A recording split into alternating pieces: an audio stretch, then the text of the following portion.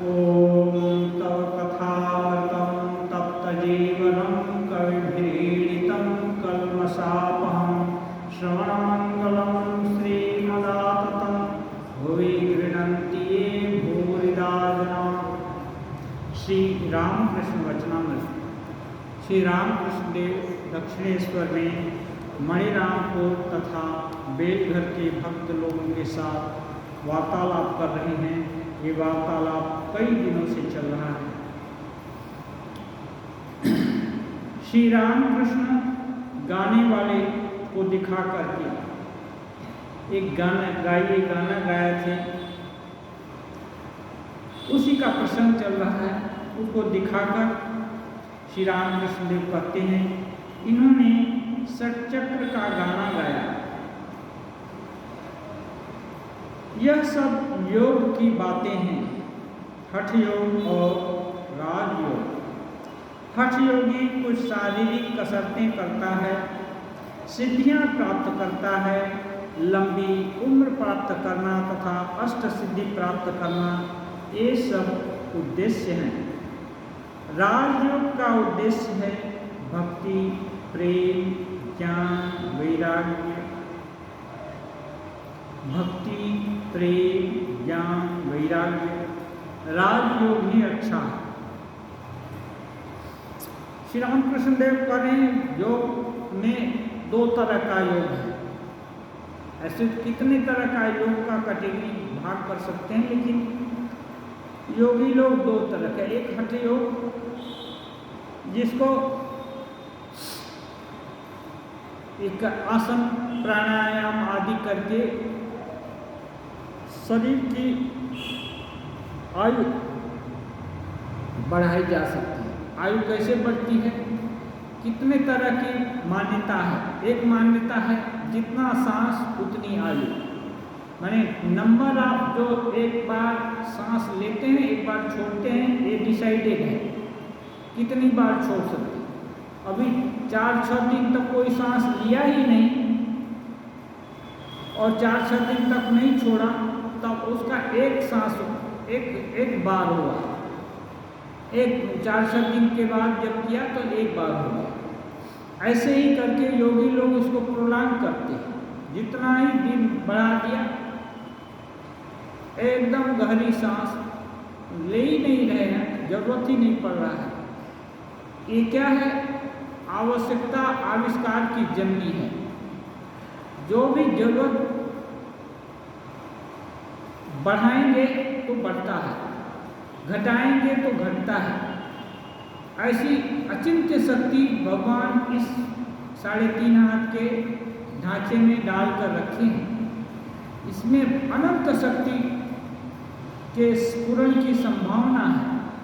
तो जो जिस तरह के उद्देश्य की सिद्धि करना चाहता है, क्योंकि भगवान अकाम, उनको किसी की कामना नहीं है, किसी वस्तु की कामना नहीं है।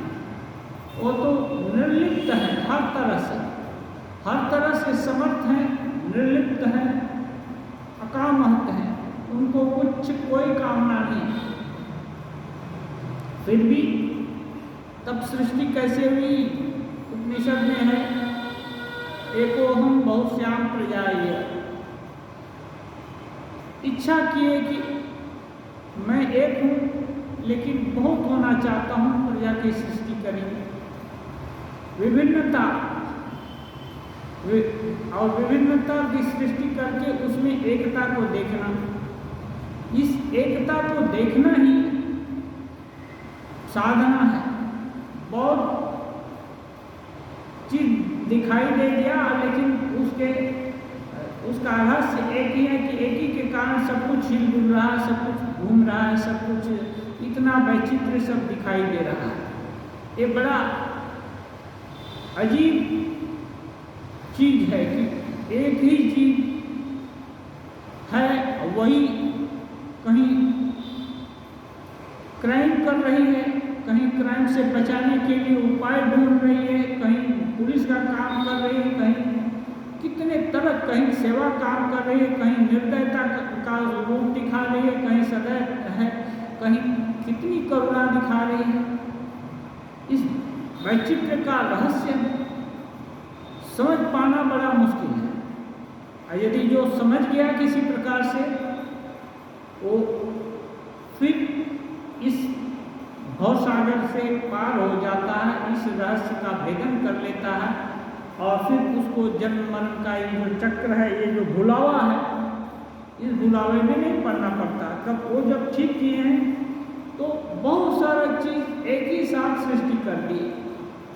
उन इच्छा मात्र से ही जब उनके हो सब कुछ हो रहा है, तो ये विभिन्न तरह के मार्ग, विभिन्न तरह के इच्छा, लाइकनेस, डिसलाइकनेस, ये सब पैदा कर दिए।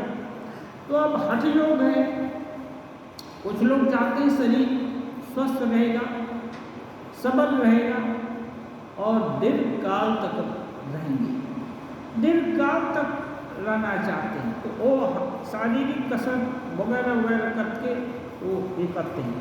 लेकिन योग माने प्रयास करके जो भगवान शक्ति, इनहेरेंट पावर दिए हैं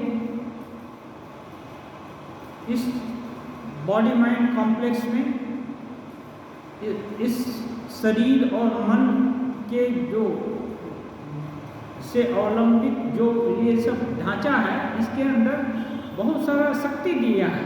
तो उस शक्ति का सज्ञान जान करके उसको कंट्रोल करके अपने उद्देश्य की सिद्धि क्या है?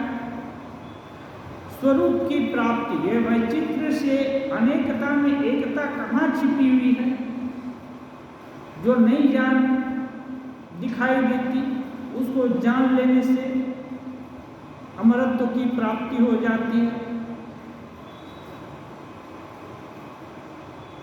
उसकी तरफ उसका लक्ष्य होता है, और उस तरफ जो बढ़ता है उसमें भक्ति, प्रेम, ज्ञान और वैराग्य। भक्ति किसके प्रति? इसी अद्वय वस्तु के प्रति, भगवत तत्व के प्रति भक्ति, प्रेम, उनसे ही प्रेम, ज्ञान, उनका ही ज्ञान, कैसे उनको जाना जाए, कैसे उनको समझा जाए, उनका ही ज्ञान के विषय में चिंतन, और वैराग्य, उससे भिन्न जो कोई भी वस्तु है, वैचित्र है, उससे विराग। ये सब राजयोगी को प्राप्त होने लगते हैं। और योग कैसे किया जाता है? योग सूत्र के व्याख्याकार कहते हैं, योगेन योगो ज्ञातव्यो। योग से ही योग को जाना जा सकता है। कोई बोलेगा हम योग जानेंगे, तो कोई ऐसा व्यक्ति नहीं है कि योग की घूंटी पिला दे किसी को, क्योंकि ये क्रिया साध्य है। अपने को बस में करना, 1000 बार बोलेंगे हम अपने को बस में कर लेंगे, ऐसा कहने से तो नहीं हो जाता है। ये इतनी टेढ़ी खीर है, ये बहुत टेढ़ी खीर है। इतनी सहज में है कि बोल दिया कि हम अपने को बस में कर लेंगे तो बस में हो जाएंगे। दूसरे को बस में करना बहुत आसान है, उसको सीमा में रखना, लेकिन अपने को नियंत्रित करना, अपने सभी शक्तियों को जैसा चाहेंगे वैसा संचालित करना, ये बहुत कठिन काम है। तो इसके लिए साधना करनी होती है। तो साधना का क्या है? उस भगवत तत्व को प्राप्त करने के लिए जब प्रयास करते हैं तो उसके प्रति धीरे धीरे प्रेम होता है। प्रेम कैसे होगा? जिस विषय को हम नहीं जानते या नहीं मानते, उसमें हम कैसे प्रेम करेंगे? जानते हैं कि ये हमारी माँ है, बच्चा जानता है, तब तो बच्चा माँ से लिपट जाता है, माँ से अपेक्षा रखता है, उसकी तरफ जाता है। ऐसे ही जो आत्म तत्व है, भगवत तत्व है, ब्रह्म तत्व है, ये अपना स्वरूप है। वहीं से कई किसी भी प्रकार से माया के कारण अलगाव हो गया है। अब इसको दूर करने का प्रयास करना है, क्योंकि यही जीवन की सबसे बड़ी उपलब्धि है। इससे बड़ी उपलब्धि और कुछ नहीं है। तो जो इसके लिए कमर कसता है, अब उसकी रुचि है कि नहीं मैं संयम करूँगा, जैसे जो भी उपाय सद्गुरु बतलाएंगे, जो भी लोग बतलाएंगे उसका अवलंबन करके हम ये कोशिश करेंगे, तो उसको भक्ति और प्रेम भी होगा, ज्ञान भी होगा, वैराग्य भी होगा। श्री रामकृष्ण देव कहते हैं ये अच्छा है, ये राजयोग अच्छा है। और कहते हैं वेदांत की सप्तभूमि और योग शास्त्र के सप्त चक्र आपस में बहुत कुछ मिलते जुलते हैं। वेदांत में भी सप्तभूमि की बात है। मन एक विभिन्न भूमि पर विचरण करता है। साधारण अवस्था में किस भूमि पर रहता है, उसके बाद उसकी कैसे अग्रगति होती है। तो एक एक, जैसे छोटा बच्चा LKG से फिर 1 में जाएगा, ऐसे करके 1 2 3 4 ऐसे करके ऊंची ऊंची कक्षा में जाता रहता है, पढ़ता रहता है, आगे बढ़ता रहता है। ऐसे ही मन भी साधना के द्वारा एक एक जिस धरातल पर वो मन है, उस धरातल से तृप्त होकर के वो दूसरे धरातल पर जाता है, और उससे जब तृप्त होगा तो और अगला धरातल पर जाएगा। बिना तृप्ति हुए मुक्ति आगे का गति नहीं होगी, क्योंकि जिस कक्षा में पढ़ने आए हैं उस कक्षा में पढ़ना पूरा नहीं होने से अगली कक्षा में जाएंगे कैसे। इसलिए और तृप्ति कितने तरह से होती है, एक तरह से फिजिकल हुआ, एक दूसरा मेंटल। फिजिकल से मेंटल बहुत बड़ा है। तो इसलिए जो सशब्द मंत्र जाप करते हैं उससे अशब्द मंत्र जाप का प्रभाव ज़्यादा है। शब्द करने से कान भी सुनते हैं, मुख में भी चंचलता आती है, शरीर में भी हिलता है, प्राण भी ये होता है, स्पंदन होता है, बहुत तरह के विक्षेप होते हैं। और कोई सुन लिया तो वो भी पूछेगा क्या बड़बड़ा रहे थे, क्या बोल रहे थे, क्यों बोल रहे हैं, ऐसा क्यों नहीं बोल सकते। लेकिन अशब्द मंत्र जाप करेंगे तो उसकी शक्ति ज़्यादा होती है। ऐसे ही ये विभिन्न कक्षा का जो ये अनुभव, एक तो है प्रैक्टिकल करके सब कुछ देख लिया और उसका अनुभव प्राप्त किया, और दूसरा है मेंटली सब अनुभव प्राप्त कर लिया। जैसे एक कथा है कि नारद जी को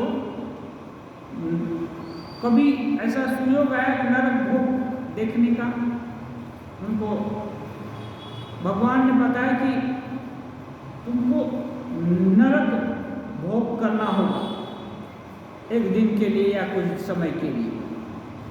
तो वो बताया क्या नरक क्या है, और दूसरा है स्वर्ग। तो नरक क्या है, तो भगवान लिख दिए एक नरक है, एक स्वर्ग है, ऐसे कुछ करके ऐसे गोली बना करके आंक दिए। तो नरक भगवान के हाथ से लिखा गया, इसलिए नारद जी चट से उस पर लोकपोत करने लगे नरक के ऊपर, और उसके बाद साष्टांग प्रणाम किए भगवान को कि भगवान। तो बोले ये क्या कर रहे हो। वो बोले कि भगवान आपने ही तो नरक बनाया है, आपने ही स्वर्ग बनाया है, आपने का ही सब सृष्टि है, तो यहाँ नरक लिख दिए तो इसका मतलब ये नरक ही हो गया। इसलिए आप बोलते हैं कि नरक भोग करना है, तो मैं सोचा कि आपके सामने ही क्यों ना भोग कर लूँ। तब भगवान बड़े खुश हुए। इतनी श्रद्धा जिसकी हो गुरु में और भगवत में, उसको जल्दी हो जाता है। ऐसे ही जो मन से भोग कर लेता है, जिसे बहुत सारा ये अब स्टेज बताएंगे कैसे कहाँ कहाँ मन रहता है, वो सब भोगों को मन से ही कर लिया, मान लिया कि ये सब भोग पूरे हो गए, तब इस कक्षा में हम पास कर लिए, तब वो आगे की कक्षा में जा सकता है। राजा महाराज का हम पढ़ रहे थे, एक जगह मैगजीन में दिया था, विवेक ज्योति में, बहुत दिन आगे का बात है, उसको हम उस संस्करण को हम अपने पास रखें।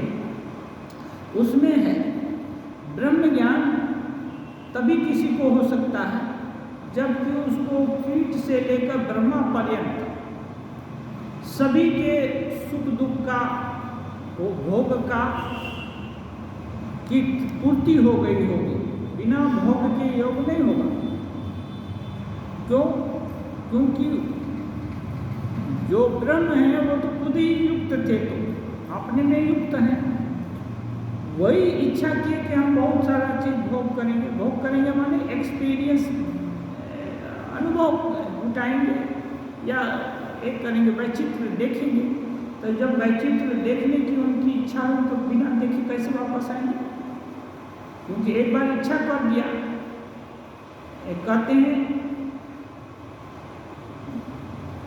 जो वाणी जबान से और तीर कमान से छूटने के बाद तुरंत वापस नहीं आती, तो जैसे ही इच्छा संकल्प हो गया कि ऐसी चाहिए, अब सामर्थ्य पूरा है, तो पूरा सामर्थ्य है, तो बिना उसको पाए कैसे वापस आएंगे?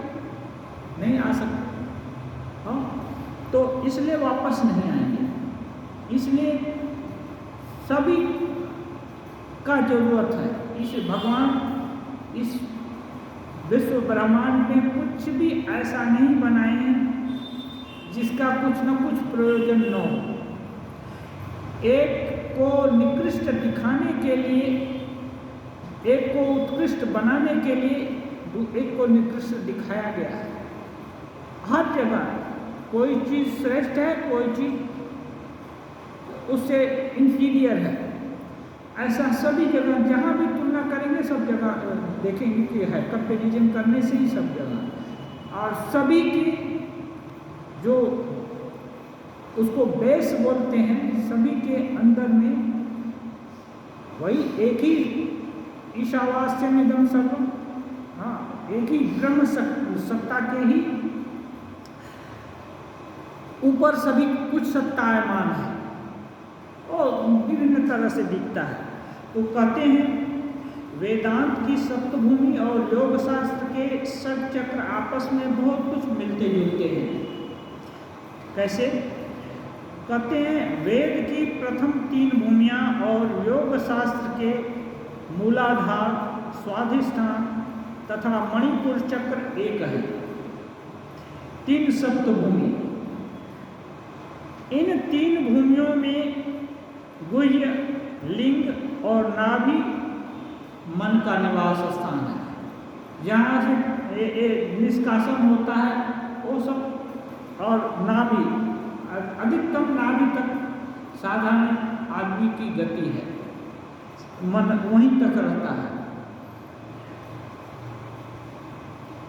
ये साधारण लोग समझ नहीं पाएंगे, ये योगी लोग ही समझ पाएंगे कि कहाँ कहाँ कौन सा स्पंदन हो रहा है। साधारण लोग के बस की बाहर की चीज़ है। तो ये 3 स्थान हैं साधारण मन की।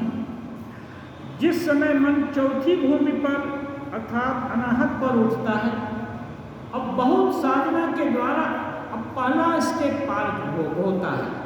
यहाँ तक तो नाभि तक तो सहज ही गति है, साधारण बच्चे से लेकर बूढ़े तक का साधारण आदमी का यही गति है। अब उससे ऊपर उठता है कैसे? विभिन्न तरह की साधना, विभिन्न तरह की त्याग तपस्या, जो कोई भी साधना हो उसको किया तो उसके फलस्वरूप उसको एक और ऊंचा दर्जा, ऊंची कक्षा प्राप्त होती है। वो है चौथी भूमि, अर्थात अनाहत चक्र पर उठता है। उस समय जीवात्मा का शिखा की तरह देदीप्यमान रूप में दर्शन होता है। उस समय मालूम पड़ता है हम कुछ हैं, अपने विषय में बोध होता है, और वो दीप शिखा की तरह, ये सूर्य के समान नहीं बोल रहे हैं, सूर्य के समान नहीं बोल रहे हैं, दीप शिखा माने ऐसा लगता है क्षीण आलोक कि नहीं, मैं ये आत्मा है ना, वो क्या उज्जवल से उज्जवलतर स्वरूप में विराजमान है, कुछ दूरी से दिखाई देता है कि मैं हूं, ऐसा।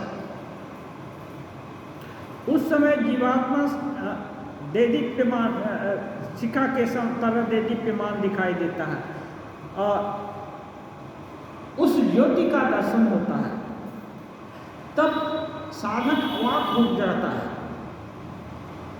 वो अपने से प्रश्न करता है यह क्या है, यह क्या है। माने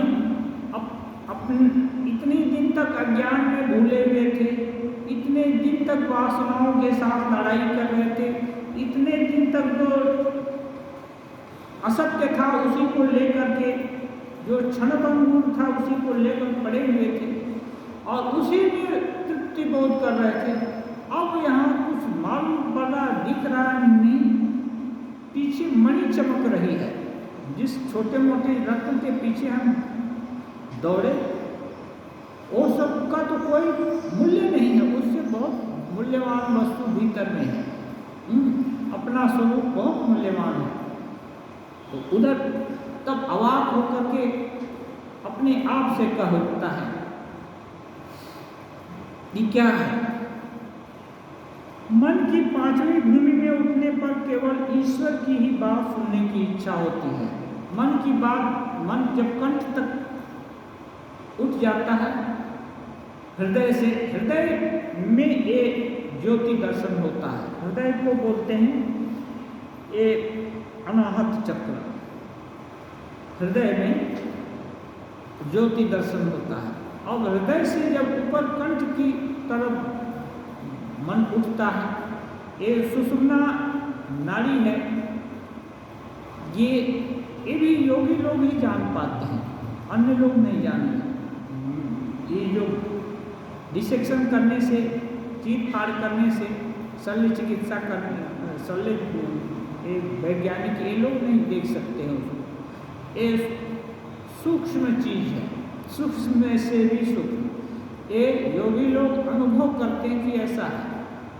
तो जब कंठ तक उठता है तो केवल ईश्वरी बात, और कुछ अच्छा नहीं लगता, और सुनने की इच्छा नहीं होती।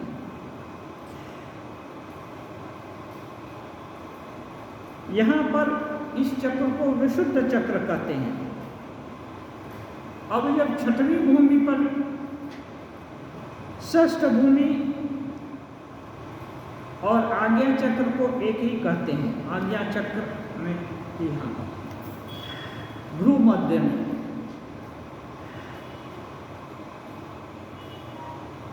वहां पर मन जाने से ईश्वर का दर्शन होता है। वहां पर मन जाने से क्या, मन तो हम लोग का सभी जगह आ गया। भ्रू मध्य तो हम जानते ही हैं, सिर में सहस्रार बोलते हैं, वो भी जानते हैं, लेकिन बाहर से जानना ये एक चीज है। जो सुषुम्ना नाड़ी है उसका दर्शन होना, और उसमें मन कैसे नीचे से ऊपर उठ रहा है उस सब का ज्ञान होना, और उसमें अवस्थान करना, वो दूसरी उपलब्धि है। कहते हैं सबके अंदर भगवान है, सबके अंदर भगवान है, लोग सुनते भी हैं, लेकिन सुन करके थोड़ा भी समझ में आता है, थोड़ा भी तो समझ में नहीं आता। वरन कोई गाली दे दे तो कई दिन तक समझ में आएगा, कुछ खराब कह दे तो महीनों 2-4 साल याद रह सकता है।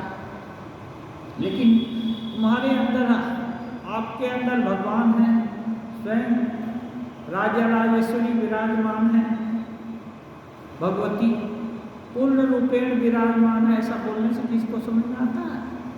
समझ में आता नहीं।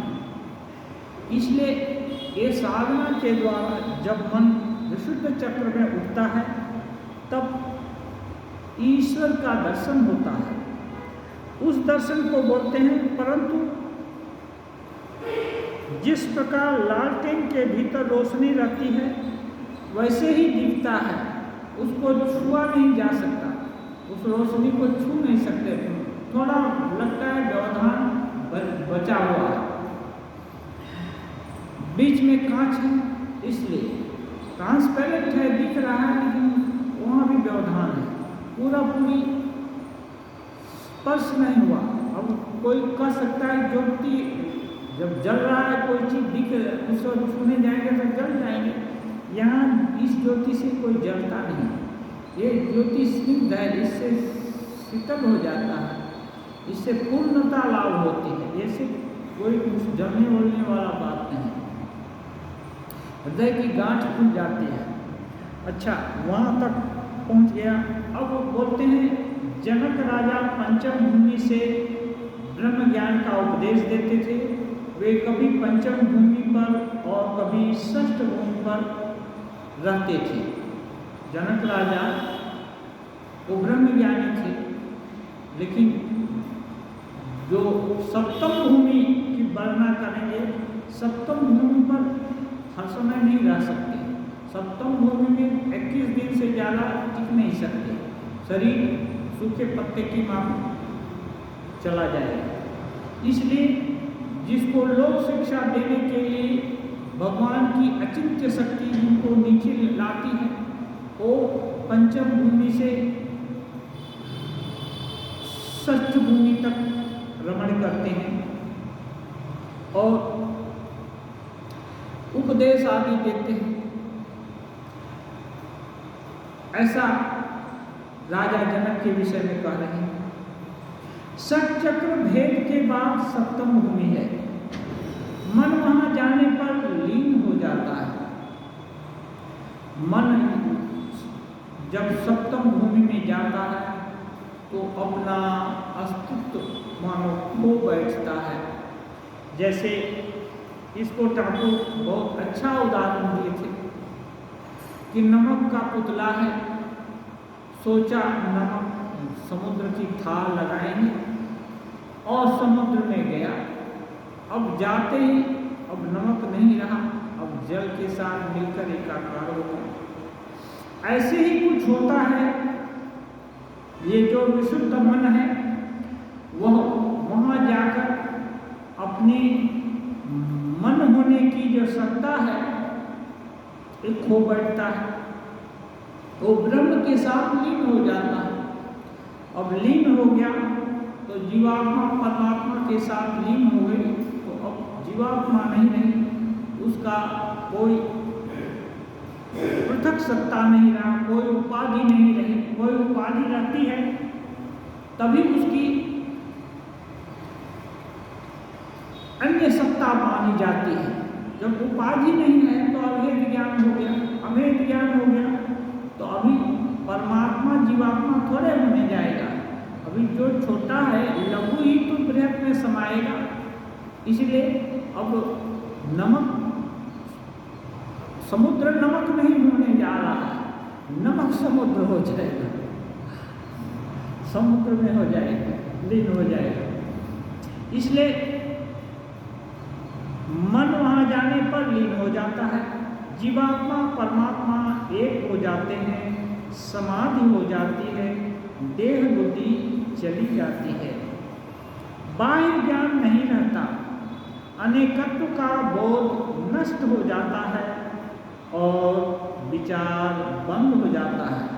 विचार करने का कोई यंत्र ही नहीं है, तो बिना यंत्र के कोई काम कैसे होगा?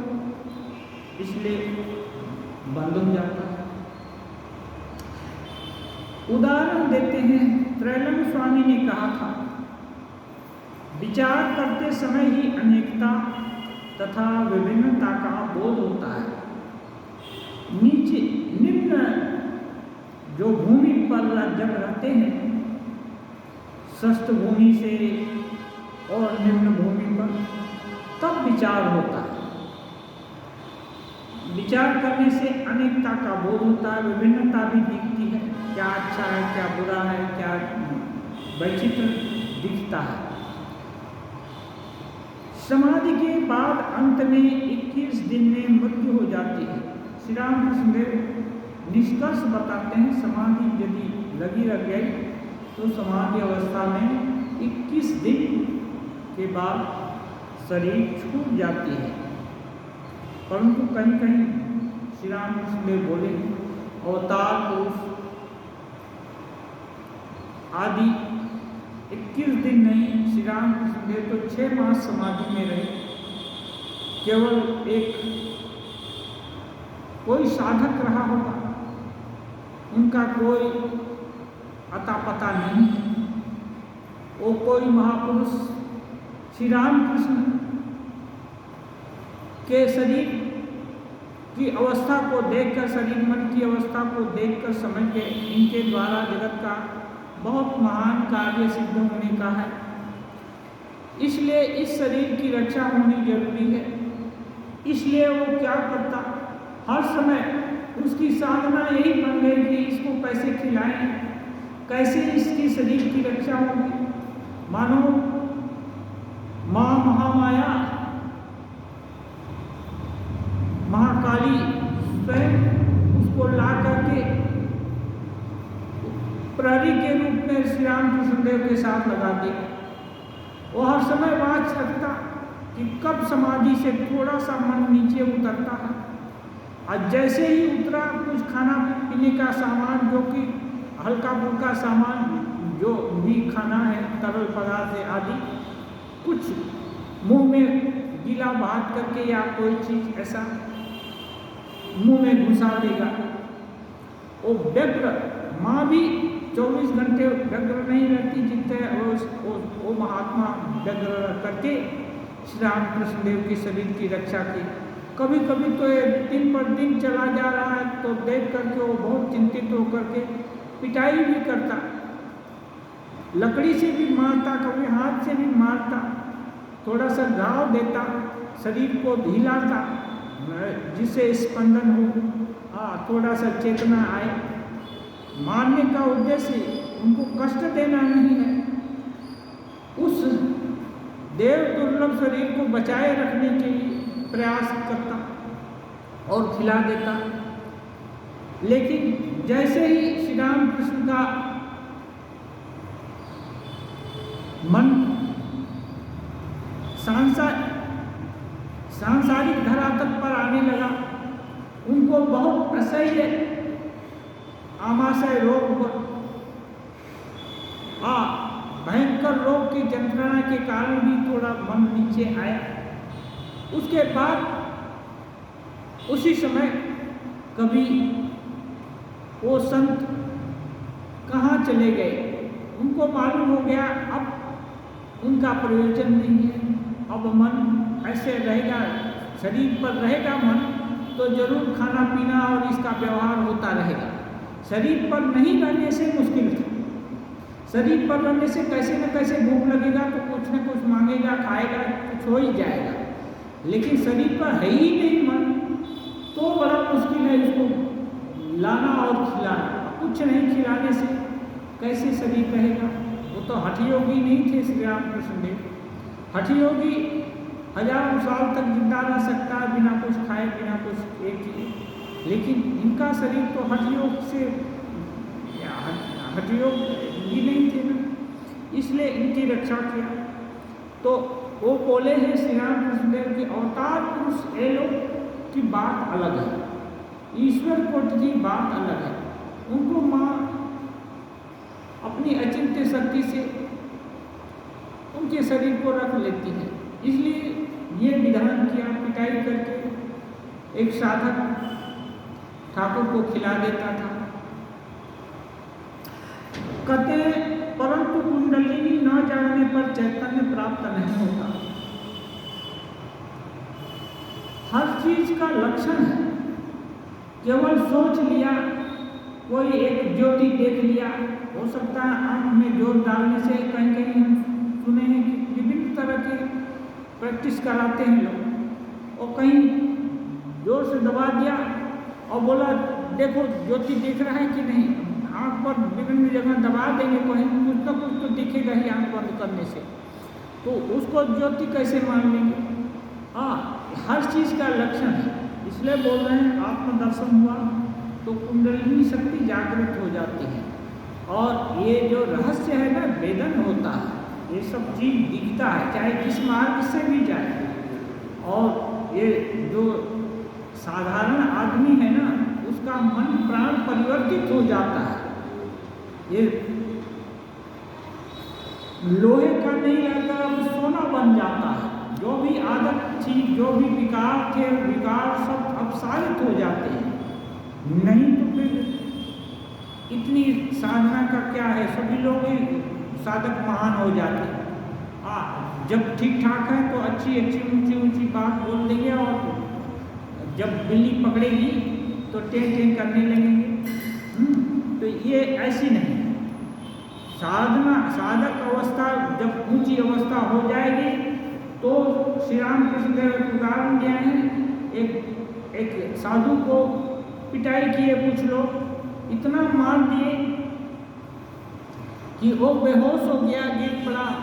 जब उनके आश्रम को खबर गया तो वहाँ से आकर अन्य साधु ब्रह्मचारी लोग उनको उठाकर ले गए, और होश लाने के लिए कोई पंखा झल रहा है, कोई पानी से मुँह धो रहा है, कुछ कर रहा है, और फिर बाद में जब आँख खुली तो कोई दूध पिला रहा है, थोड़ा गर्म दूध, जिससे कुछ चेतना आए। तो वो पूछता है कि कौन पिला रहा है, देखने के लिए कि स्मरण शक्ति है भी, कि कितनी मार पड़ी है कि स्मरण शक्ति भी खत्म हो गई। तो बोल रहे हैं साधु कि जो हमको पीटे वही दूध पिला रहे हैं। ये अवस्था, ये असली अवस्था है कि वही सब कुछ कर रहे हैं, वही दुख दिए वही अब सुख दे रहे हैं। उनको नहीं मालूम कि पीटने वाला दूसरा था और खिलाने वाला वे दूसरा है। हाँ, वो बोध ही सब चला गया है। तो ये ऊंची साधना के द्वारा होता है। ईश्वर दर्शन के लक्षण कहते हैं, जिसने ईश्वर को प्राप्त किया है उसके कुछ लक्षण हैं।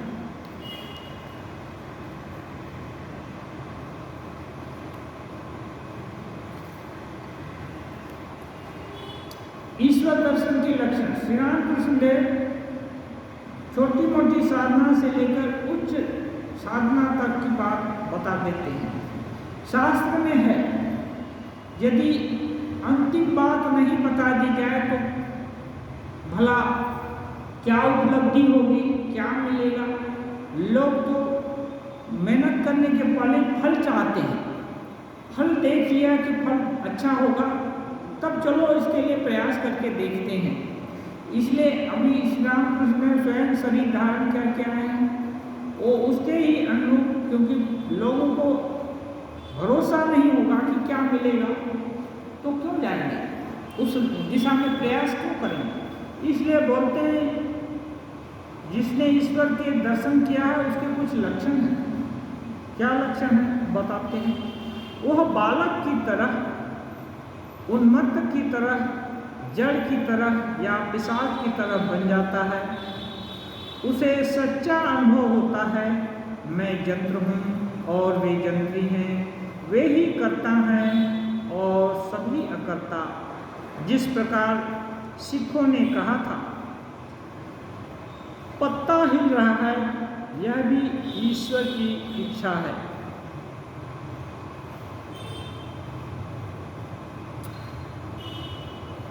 जब ईश्वर के दर्शन होते हैं, कैसे मालूम हुआ कि दर्शन हुए, तो कहते हैं वो बालक की तरह बन जाता है। बालक जैसे किसी गुण के अधीन नहीं है, क्रोध भी हुआ तो फ्रैक्शन ऑफ सेकेंड के लिए, कुछ देर के लिए हुआ, तुरंत मित्रता हो गई। कुछ भी हुआ, नाराज भी हुआ तो तुरंत खुश हो गया, खुश भी हुआ तो कब नाराज हो जाएगा कोई ठीक नहीं है। और उन्मत्त की तरह मानो स्वरूप उपलब्धि से उन्मत्त हो गया है, उसको लोग देख रहे हैं कि वो उन्मत्त हो गया, वो तो अपने स्वरूप में ही अवस्थित है, लेकिन लोग सोचते हैं कि उन्मत्त की तरह है और पिशाच की तरह बन जाता है। पिशाच मैंने कुछ भी कर सकता है, कुछ भी खा सकता है, गंदा अच्छा कुछ उसमें भेद नहीं। एक अवधूत साधु आए थे, ठाकुर देखे, वो काली मंदिर में गए, एकदम वो उनको विदेह अवस्था प्राप्त थी। वो ऐसे ही नंग धड़ंग हैं, उनको पंगत बैठी, खाने को नहीं दिया, पंगत में कोई उनको पास में बैठने नहीं दिया, सब लोग बोले या नहीं, क्या करें। फिर लोग फेंके, जूठा फेंकते हैं, वहाँ कुत्ते खा रहे थे, कुत्ते का कान पकड़ करके बचा हुआ प्लेट का खाना वो भी खाया, और कुत्ता आदमी बैठने नहीं दिया, लेकिन कुत्ता भगवान की अचिंत्य शक्ति, कुत्ता नाराज नहीं हुआ। कुत्ता जबकि अकारण भी भोगता है, लेकिन कुत्ता नाराज नहीं हुआ, उनको खाने दिया। फिर वो साधु काली मंदिर के सामने गया और एक स्तोत्र पाठ किया, खं खं खत्वांग धारिणी करके। श्री राम कृष्ण देव कहते हैं मानो मंदिर कांप उठा, ये पास नहीं गए, क्योंकि दोनों ही एक ही, श्री राम कृष्ण देव को भी समाधि लाभ हुआ है, इनको भी, और वो भी समाधिमान पुरुष है। पास में जाने से, और वो है दूसरे अवस्था में, और उसकी अवस्था को श्री राम कृष्ण देव पार कर चुके हैं ना, तो जाने से कहीं उसके जैसा ही ये भी नहीं कर बैठे, इसलिए थोड़ा दूरी बनाए रखें, क्योंकि इनको दूसरा भी काम करना है, उसके जैसा ही नहीं होना है। अवधूत होना, ब्रह्मज्ञानी होना और जगत का कल्याण करना दोनों दो बात है। ब्रह्मज्ञानी कोई भी हो सकते हैं, लेकिन कोई जरूरी नहीं है उससे जगत का ज़्यादा कल्याण हो, जगत का अमंगल नहीं होता, जगत उनसे तृप्त हो जाता है। लेकिन ये जो लोक शिक्षा उनके द्वारा, सबके द्वारा नहीं होती है। लोक शिक्षा करने के लिए दूसरी, लोगों के प्रति करुणा का भाव उस हृदय में होना जरूरी है, तो इसलिए उनके पास नहीं गए। हृदय को बोले जाओ, उससे उपदेश एकदम ब्रह्मज्ञानी है। हृदय ठाकुर की बात सुनता था, जानता भी था कि ठाकुर कभी झूठ नहीं बोलते या कोई ये नहीं करते, बहकावा नहीं करते। वो पीछे पीछे गया, पूछता है महात्मा जी उपदेश दीजिए। महात्मा जी कहाँ भागते जा रहे हैं, और फिर जो गया तो नहीं साथ छोड़ता, तो एक पत्थर मारने लगा उठाकर, उसके तरफ में डराने के लिए मार रहा, तब भी ये नहीं हटा, भागा हृदय। तो वो बोले देख, ये जो नाली है, नाली का पानी इसमें और गंगा जी में जब अंतर नहीं रहेगा, तब समझ लो ब्रह्म ज्ञान हुआ, इसमें और उसमें। तब सही बात बोला, बोल करके और धीरे से जोर से चला गया, और हृदय बाद में लौट आकर ठाकुर को ये सब चीज बताया। तो ये अवस्था हो जाती है पिशाच की अवस्था। तो ठाकुर इस अवस्था को पार कर चुके थे, उनके अंदर भी ऐसा हुआ था। विष्ठा तक को, दूसरे की विष्ठा तक को जीवा से टच किए थे। रसिक में उनके टॉयलेट को सफाई करके अपने बाल से लंबे लंबे बालों से उनका टॉयलेट पोछे थे, ये सब कर चुके थे। लेकिन ये सब फिर हर समय करना नहीं चाहते। ये सब करने से फिर लोग उनके पास आएंगे नहीं, उनका सब चेला ऐसा खत्म होगा, तो शिव जी के गण के मौखिक हो जाएंगे सब। शिव या उतना साधारण लोग वहाँ तक नहीं पहुँच सकता है। वो वैसे साधक विकट बिरले ही साधक होंगे जो कि वैसी साधना के लिए उतारू होंगे, आम जनता नहीं कर सकती है। गृहस्थ भक्त लोग ठाकुर तो गृहस्थ भक्त लोगों के भी घर जाते हैं, बोलते हैं गृहस्थी में भी होगा, वहाँ भी होगा, यहाँ भी होगा। वो ऐसे साधक बोला ये सब बोलने जाएंगे और उनका कौन सुनेगा, अपने उल्टा वेश में है। इसलिए तो ये पिशाच की अवस्था,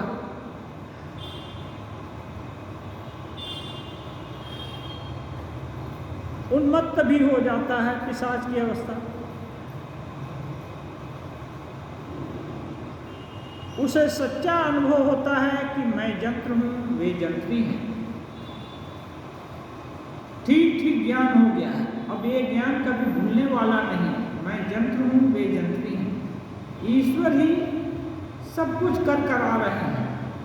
वही अच्छा बनाए, वही बुरा बनाए। इसलिए अच्छा बुरा में भेद नहीं है, अभेद है।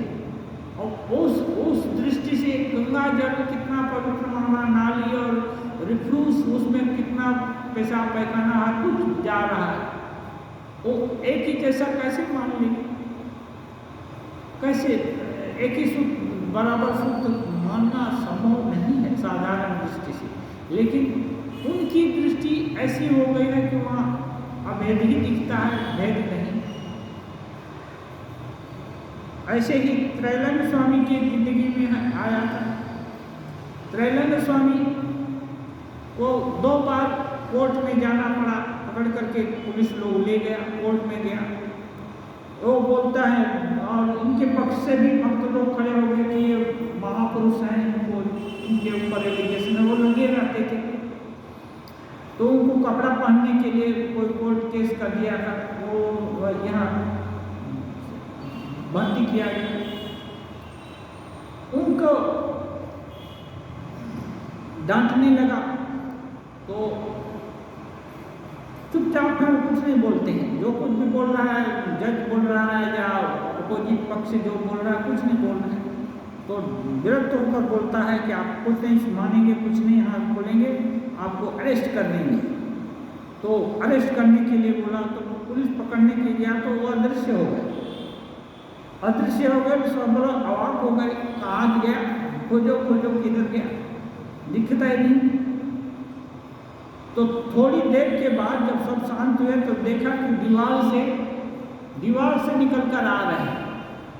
तो जब दीवार से निकल कर आए, सामने आए, बोले इतने बड़ा महात्मा हो तो क्या मैं जो खाऊंगा वो आप खाओगे? साहब बोला तो ये बोले हाँ मैं खाऊंगा, लेकिन यदि तुम मेरा आज का आहार खा लोगे। तो बोला ठीक है मैं भी खाऊंगा। तो ये क्या कि अपना हाथ पीछे लगाए और जोर से गंदा पैखाना हाथ के ऊपर ले आए और बोले उसके तरफ बढ़ा कर कि यही आज का हमारा खाना है। और वो तो मानो नाक सिकोड़ दिया, दुर्गंध आ रही है, सब ये हो रहा है। तुरंत वो ये हो गया, वो उसको घिन्न लगने लगा। अब वो हाँ बोले कि ना बोले, उसको तो कुछ बोली नहीं आती।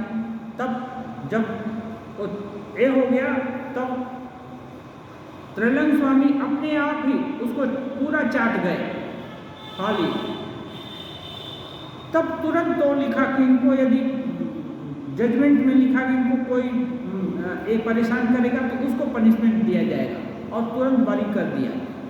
तो ये है समत्व बुद्धि, यानी अच्छा बुरा में अभेद ज्ञान हो गया।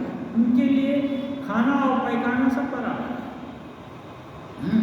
तो ये ऐसी ऊंची अवस्था मन की हो, ये कल्पना में नहीं आती है, साधारण मन से आएगा नहीं, लेकिन जब उस अवस्था एकत्व में जिसका मन चला गया है, उस ये स्पष्ट अनुभव करेगा, उसको कोई वितृष्णा नहीं होगी। ठाकुर ये सब अवस्था पार कर चुके थे। कहते हैं वे ही करता है जिस प्रकार सिखों ने कहा था कि इस पत्ता जो हिल रहा है पेड़ पर, वो भी ईश्वर की इच्छा से हिल रहा है, राम की इच्छा से ही सब कुछ हो रहा है, यह ज्ञान होता है। जैसे जुलाहे ने कहा था राम की इच्छा से ही कपड़ा का दाम 1 रुपया छाना है, राम की इच्छा से ही डकैती हुई, राम की इच्छा से ही डाकू पकड़े गए, राम की इच्छा से ही पुलिस वाले मुझे ले गए और फिर राम की इच्छा से मुझे छोड़ दिया। सब राम की इच्छा से हो जाता है। अब संध्या निकट थी, श्री राम कृष्ण ने थोड़ा विश्राम नहीं किया, भक्तों के साथ लगातार हरि कथा हो रही है। अब मणिरामपुर और बेलघर के तथा अन्य भक्तगण भूमिष्ठ होकर उन्हें प्रणाम कर देवालय में देव दर्शन के बाद अपने अपने स्थानों को लौटने लगे। ओम निरंजनम नित्यम अनंत रूपम